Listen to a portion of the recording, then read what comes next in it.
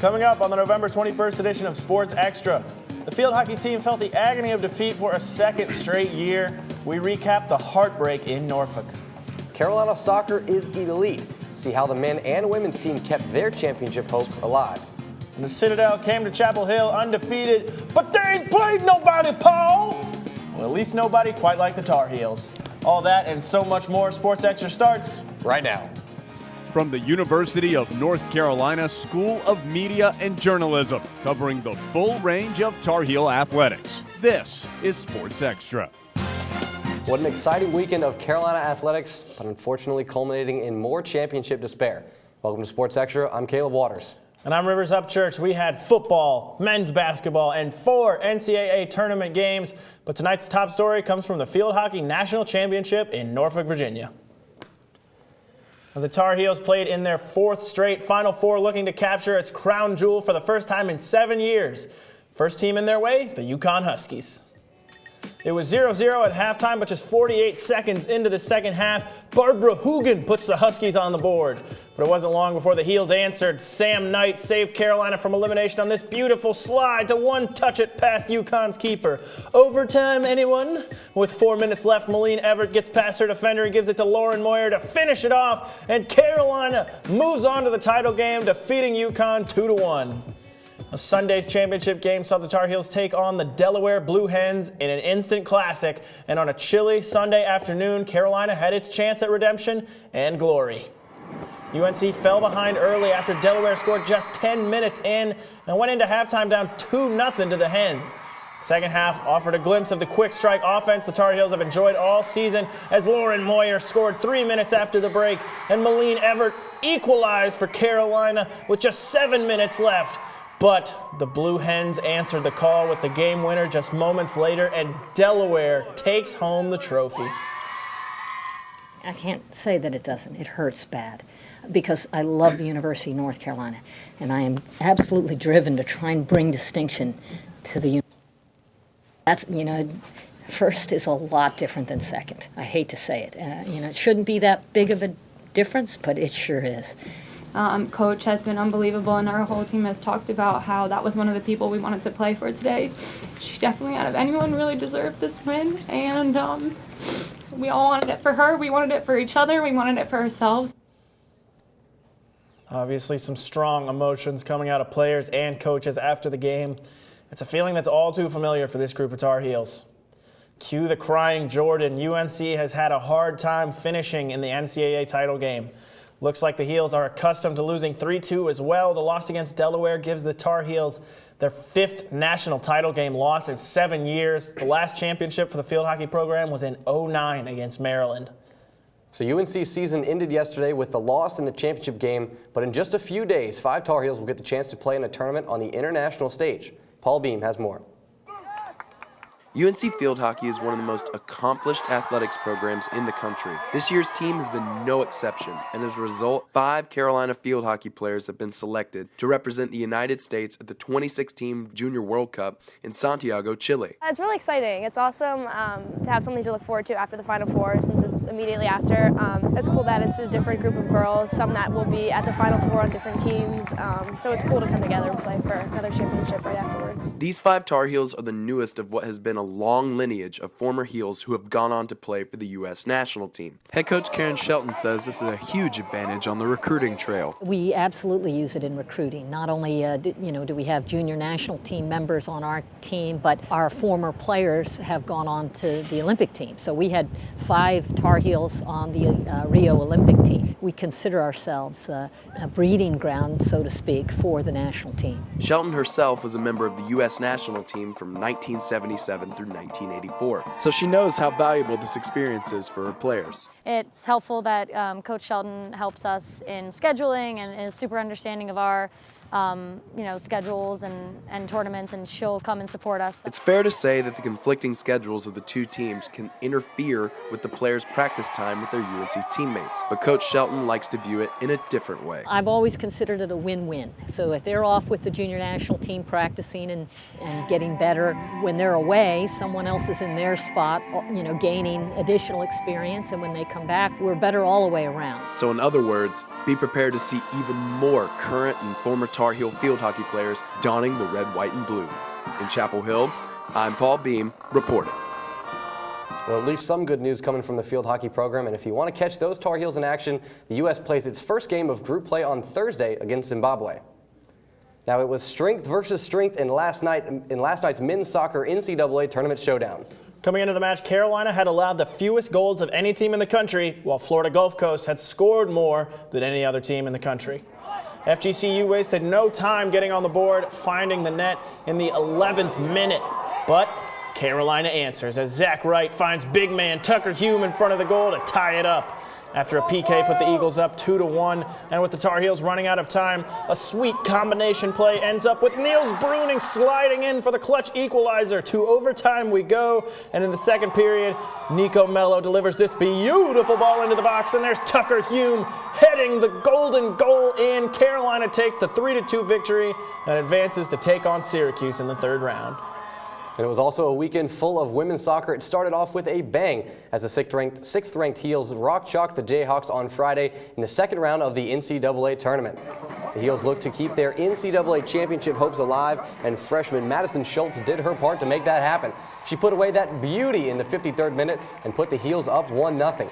In front of a crowd of almost 2,000 people, Junior Meyerworth deflects across late in the game and puts the Heels up 2-0 to seal the deal. Carolina moves on to the third round of the tournament against the Clemson Tigers. And on Sunday, a sea of blue and orange was divided in the stands, and on the field, colors clashed. Clemson totaled an aggressive 14 fouls, UNC half that with 7. The game remained scoreless for the first 70 minutes until Dorian Bailey saw her opportunity, and she's going to take it, floating this one just out of reach of the Clemson keeper. The sophomore's 4th goal of the season, and it punched the Heels' ticket to the quarterfinals against South Carolina. Now that is something to cheer about. So the women's soccer team could not have made it this far without leading scorer Bridget Andrzejewski. Our very own Dario Malave found out what earned her the ACC Freshman of the Year award. They say the apple doesn't fall far from the tree, and that is definitely true for ACC Freshman of the Year Bridget Andrzejewski, who comes from a long line of soccer players. Seeing my sister play growing up, watching her play college, knowing her experience with the U.S. team for so long, it definitely motivated me to be as good as her. And especially my dad, he has a huge impact on me playing soccer. I mean, he made me play ODP 3 years up when I was so little, getting knocked around everywhere, but it made me such a strong player. And her strength shows through her fearless approach on the field. I think she came in already so athletic. Also, her confidence is huge on the ball. People say when you're a freshman you feel pressure.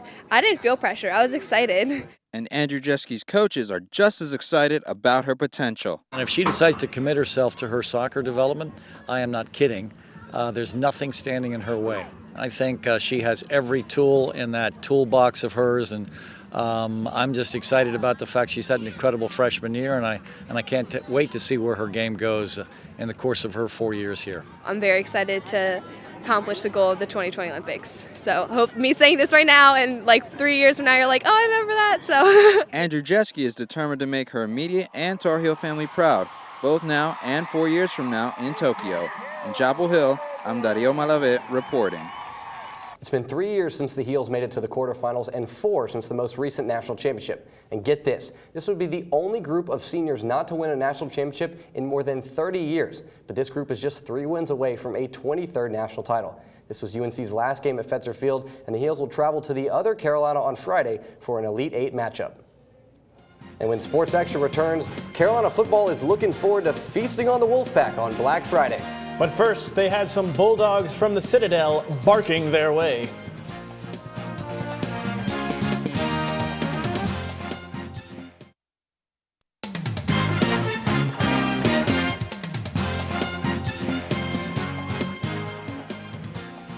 It was a chilly Saturday afternoon, but that didn't stall UNC's explosive offense against the Citadel Bulldogs.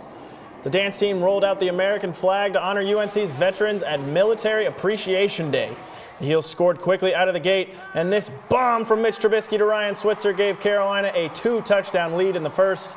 But TJ Logan didn't leave all the scoring to Switz. He followed that catch with a diving one-handed grab of his own and a roll into the end zone. The Heels put the Bulldogs into the loss column for the first time this year, 41-7.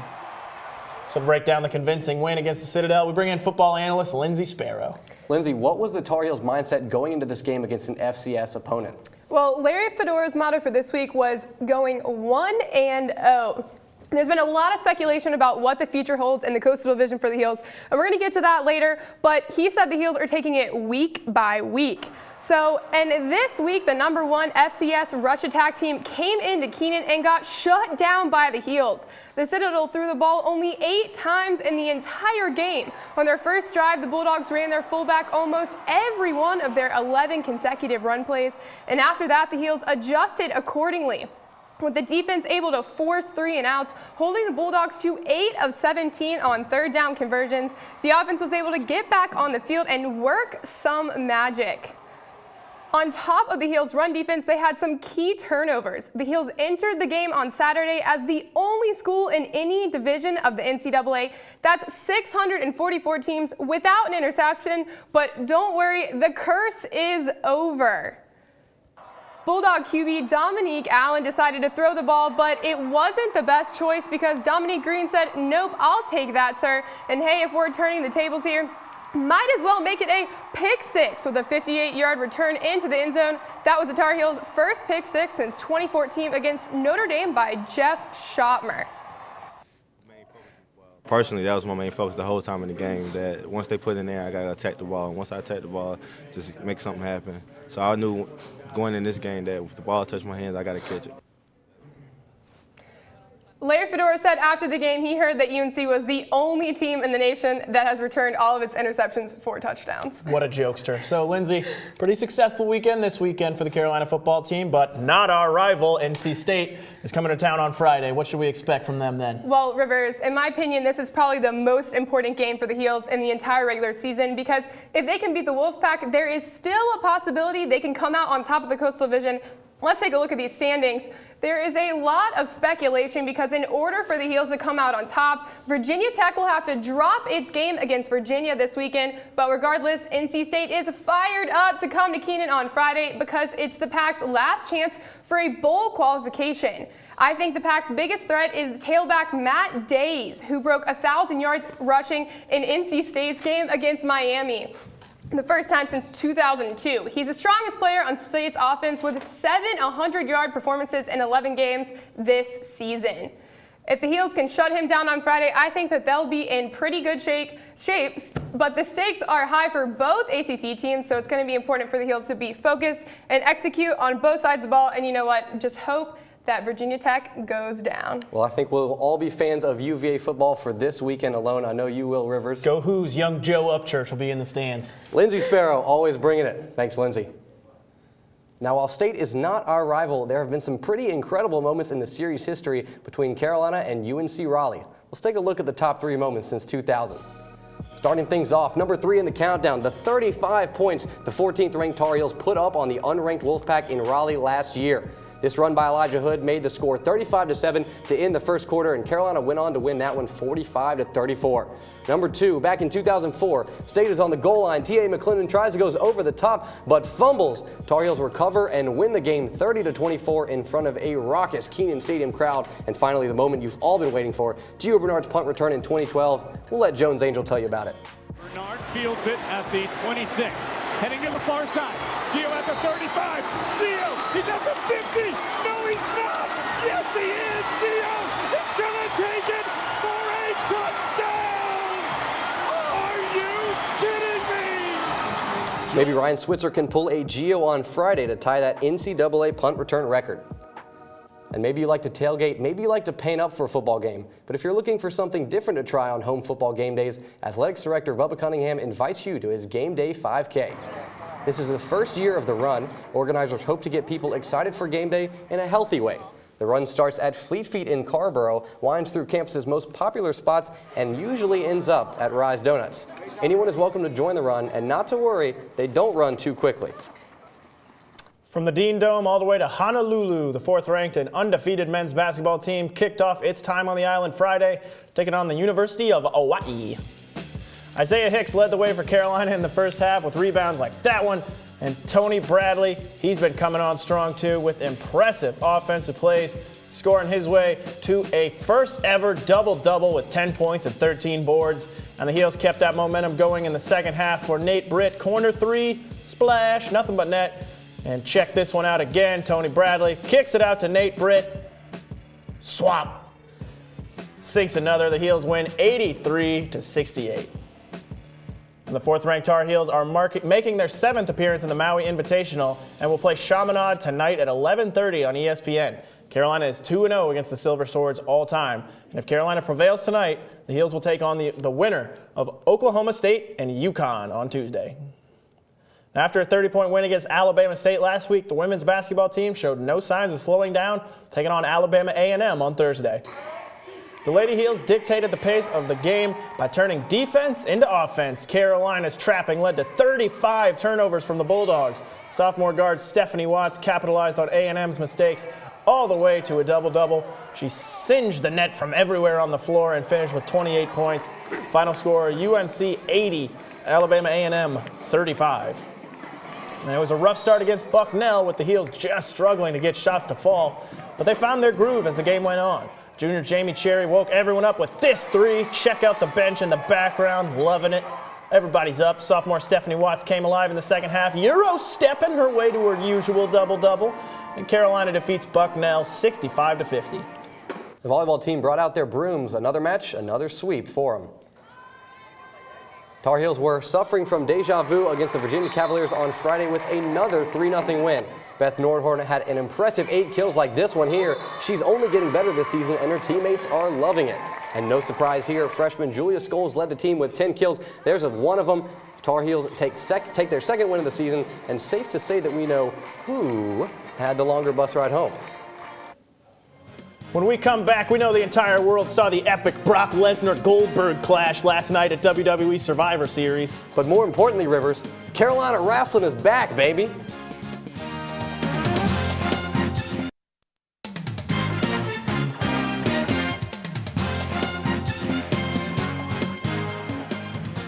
The wrestling team had its home opener, and it didn't take long for the Heels to look in mid-season form. On Saturday, Carolina collided with the 25th-ranked Old Dominion Monarchs, and UNC jumped in front early with pins like this one. 125-pounder James Szymanski beat his man with the rare back pin there late in the third period of their match. And for the 141-pound weight class, Joey Ward flips over the top, forces opponents back onto the mat, and put a pin in him. He's done for. Heels go on to win the match 28-12. Carolina wrestling is off to a great start, and it's because of a great Scott. Our Keegan Matheson has more about the man at the helm of Carolina's wrestling program. Back in 2012 at the London Summer Olympics, there was only one featherweight wrestler who took home a medal for the USA. Olympic medalist Coleman Scott is now the head coach of Tar Heel Wrestling. You know, it was incredible. You know, just the fans are going crazy. Your coaches are going crazy. I can see your family a little bit, and they're all over the place. Even though he won the bronze medal at the time, his competitive spirit was crushed. It hurt when you stand on the award stand and you hear somebody else's national anthem played. He is now able to transfer this competitive spirit to the Tar Heel team. You know, we're looking to chase national titles here. You know, we're not selling ourselves short. We're not trying to be average. Coach Scott wrestled competitively for 24 years, and he's only 30 years old. He's a big inspiration to the guys. Yeah, I watched all of his matches. So cool to watch. And then not knowing at all that he was going to one day be my coach. He's a real smart guy. He's really technical wrestler. But he mostly tries to connect with us. He's a young coach. He's not like an old guy. He's been wrestling, out of wrestling for 30 years. He knows what it's like to be a college wrestler in today's day and age. Coleman Scott isn't afraid to get sweaty to put the UNC wrestling program back on the map. In Chapel Hill, I'm Keegan Matheson reporting. Tar Heel Wrestling is hoping to continue the hot start at Appalachian State this Sunday. Breaking a few records, the Tar Heel swimmers ended pretty strong after the 3-day invitational hosted by NC State in Greensboro. The Tar Heel women earned second place with an outstanding performance by Caroline Baldwin in the 100 free. setting a third school record. The men ended up fourth with a top 10 finish in the backstroke and an all-time record in the 400 free relay led by junior Craig Emsley. Alyssa Dawson took first place in the 10-meter platform diving competition, earning the title of Outstanding Women's Diver of the meet. Now, it might be No Shave November, as you can tell, but two UNC teams aren't letting that stop them from making a difference. If you've seen any lacrosse or baseball players walking around, you might notice they look a little different. The two teams got together this weekend to shave their heads in support of cancer awareness. Players also try to make an impact by visiting patients in local hospitals. Senior midfielder Brett Bedard is a cancer survivor himself. I know firsthand what it means to have people care about you and shave your head, like shave their heads with you. It's really important to have people care about you. The UNC men's tennis team also did its part in the fight against cancer by drafting a new member to the 2016 squad. Standing 3 feet tall, mighty Mickey McCall, the 5-year-old, signed his unofficial letter of intent to the men's tennis team. When Mickey was 3, he slipped in a bathtub, rupturing a tumor no one knew existed. He was later diagnosed with leukemia. His parents, Rachel and Mark, discovered the program Team Impact after the diagnosis. Team Impact is a program that connects sick children with collegiate athletics teams to provide support and boost morale during their battle. Some days are really tough, and then for him to be out there and showing him and his family come show support for us was great, and we were hopefully gave a lot back to them. McCall and the players have become pretty close, playing video games and hanging out at the hospital whenever the team comes to visit. Now, UNC and NC State will face off on Friday in football, but Lex Juarez tells us how the two have already played a rivalry game this year. It was the red team against the blue team Sunday afternoon, but unlike other intramural football teams, this team was a mixture of college students and Special Olympic athletes. It's a good opportunity for college kids to come and play sports with us. It's like all about bonding and not all about just one-on-one with the athletes. This is the second year UNC has had unified sports teams. Representatives from Special Olympics say these teams are just as special for students as they are for athletes. I mean, it's really authentic, and today out on the field, we saw all the athletes were just interacting together, and it was just something that was natural, and it was just like any other sports team that you go and watch. So that's really the most exciting thing to see. The rivalry game went into overtime with the Wolfpack taking home the win. NC State went home with the gold today, but for these athletes, it's worth so much more than that. It's just overwhelming, man, just to see that, like, people take interest and actually take their time out to support people that's a part of Special Olympics. This was Howell's second year playing unified sports. And watching him play, you wouldn't know what he battles on a daily basis. I'm blessed to be here, and now I do dialysis 3 days a week, Monday, Wednesday, Friday. I don't complain, all is well. Athletes like Howell show us why unified sports are so special. Seeing everyone with how they deal with their disability day in and day out and still come out here and have fun. It's that kind of resilience and positive attitude that assured everyone went home a winner. In Chapel Hill, I'm Lex Juarez reporting. Story, but they're still not our rivals. And when we come back, oh, sports, do we really want to talk about this? Rivers, not all students feel Carolina fever, and we'll show you why.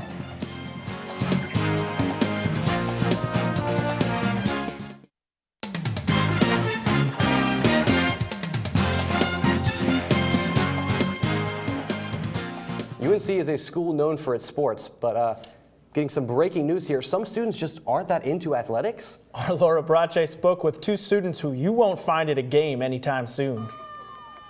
Part of the atmosphere at UNC is the athletics. So why would someone not care about rushing Frank?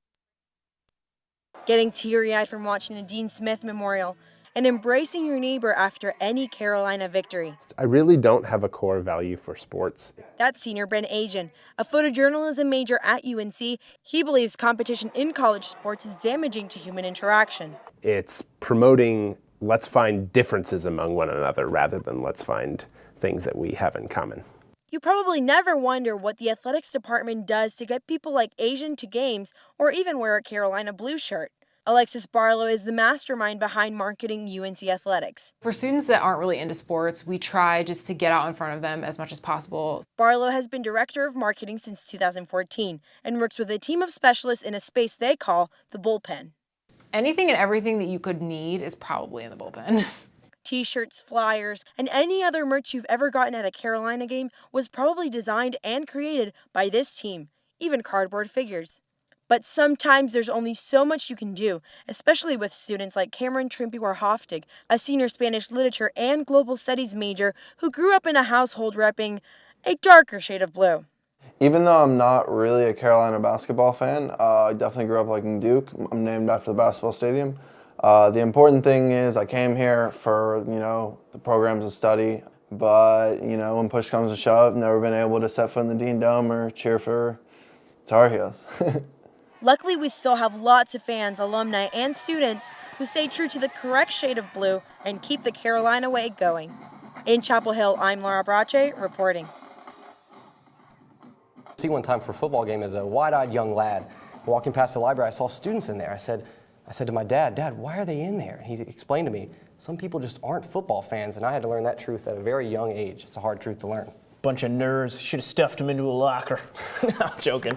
That's all right. Not everybody has to like sports. Different stuff for everybody, absolutely. That does it for this edition of Sports Extra. Thanks for watching. Have a great night.